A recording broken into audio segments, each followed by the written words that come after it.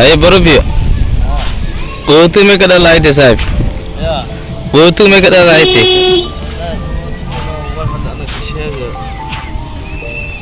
dibway xaalad qootu okay waa miya ما جرت بس الآن جرت سامو shit ibasla shaqalaan de ها شكل الآن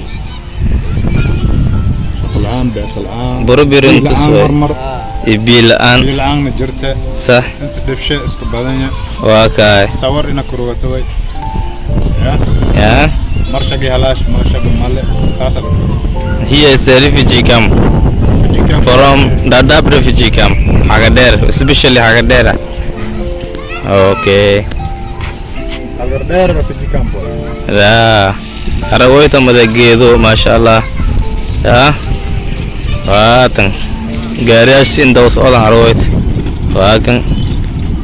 Hello everybody, welcome to Somali Bantus Memo channel. My name is Hussein. Before Refugee Camp, there's Dadaab, there's Degahle and Kakuma, and the one I'm currently in right now called Agabera.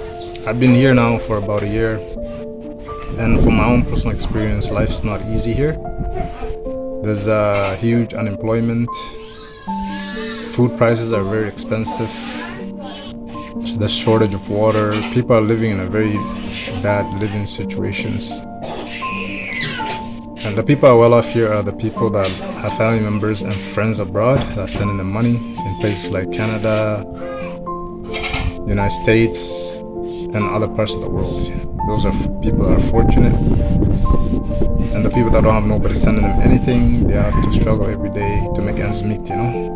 Sometimes people find jobs, sometimes they don't. You know, mothers go to the market selling potatoes, tomatoes, you know, leaving their children at home because they have to work. The father has to work also. And I know from my own personal experience, a friend of mine working in the market, he was only working for, he starts work from 6 a.m. to 6 p.m.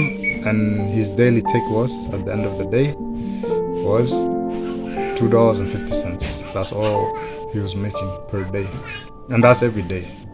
So life is very difficult.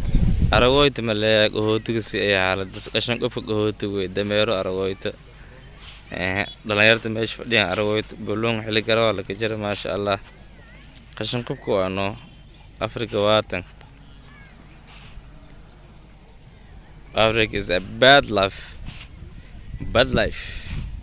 Do you know bad life? Mzee katika nawake so odom aragoyto dameero nawake son iska daagoy qashan qubko weeno meesha gaar dameer aragtay liga gaar dameer soo aragtay waa kay rooroy maragoyto dareere dameero alla dameero wow basuwada dameerka waak dhalinyarta waa kuwan maasha Allah. Dadaab Refugee Camp.